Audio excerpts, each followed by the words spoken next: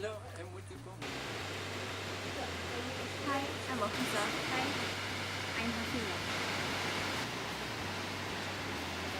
Hi, I'm Adam. Hi, I'm Nabila.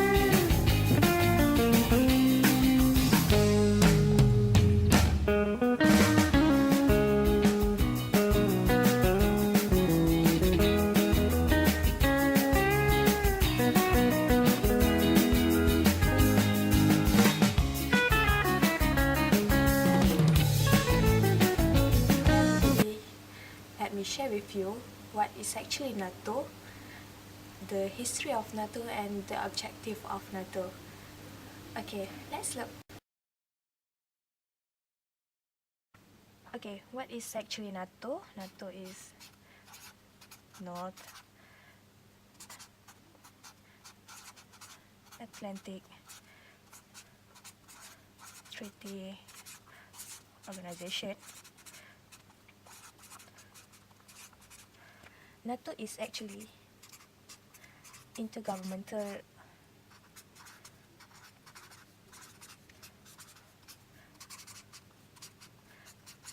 military alliance that was established on 4th April 1949. The history of NATO is actually was organized after World War II because it is a part of United Nations. Okay, the objective of NATO is about to protect the freedom of its members. There are 28 countries, the members of NATO.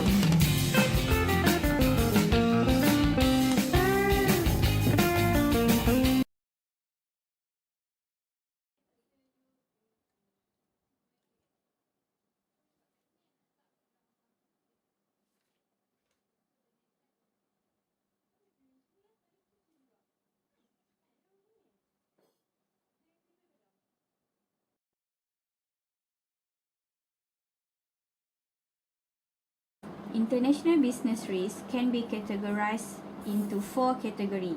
The first one is financial risk.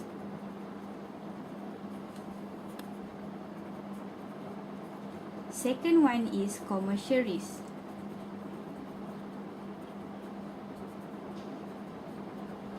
The third one is cross-cultural risk.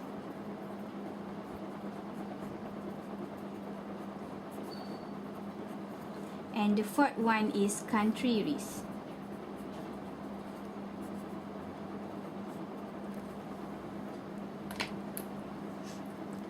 NATO is a very influential and important organization from IB point of view, as it has helped the country to reduce the country risk. Thus, by being one of the NATO member, a country is considered to have a key to a lasting peace and stability in the region. This is due to the reason that NATO is adhere to the collective defense system and also provide protections against external threats. This protection will help to improve the country's political stability. Improving on political stability, a country is considered to have lower country risk, which can help to promoting IB in the country and also attract foreign investors, traders and tourists to come in to trade and invest in the country.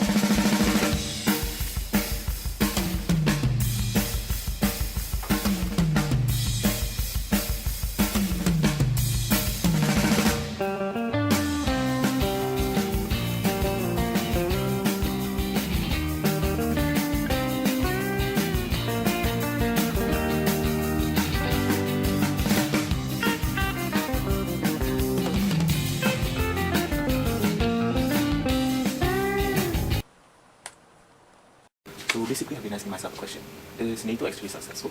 So after a while, I've been doing my research, and I found out that, well, I'm going to present my findings now. So basically, the question that I asked myself is NATO successful?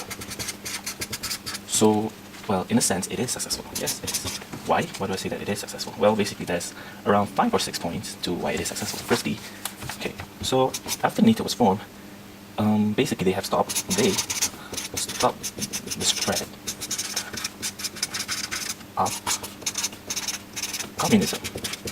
So when I say that they stopped communism, it means that basically communism still is around, but what stopped was because of a major power that exists between the countries, between the European countries and America itself.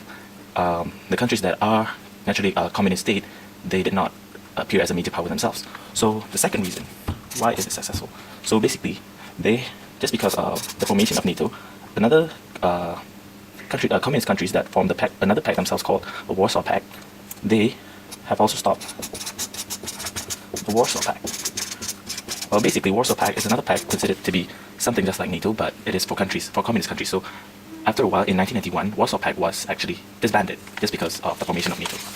So another thing is because, well, if you remember, of course you would remember 9/11.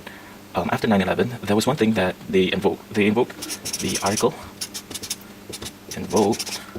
5 for the in NATO. So basically, Article 5 is actually when a country attacks a country that is considered a member of NATO, it considers that the country has attacked all the countries that are the members of NATO. So basically, this is something that they can be misused. So I can say that this is a success because they have only invoked this article.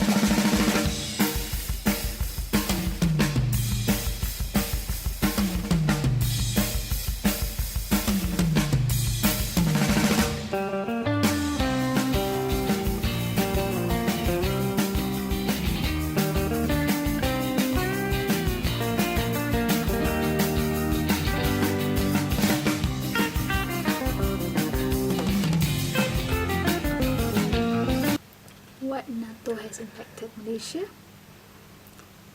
It has various ways, but let me share you about one thing. Let's go.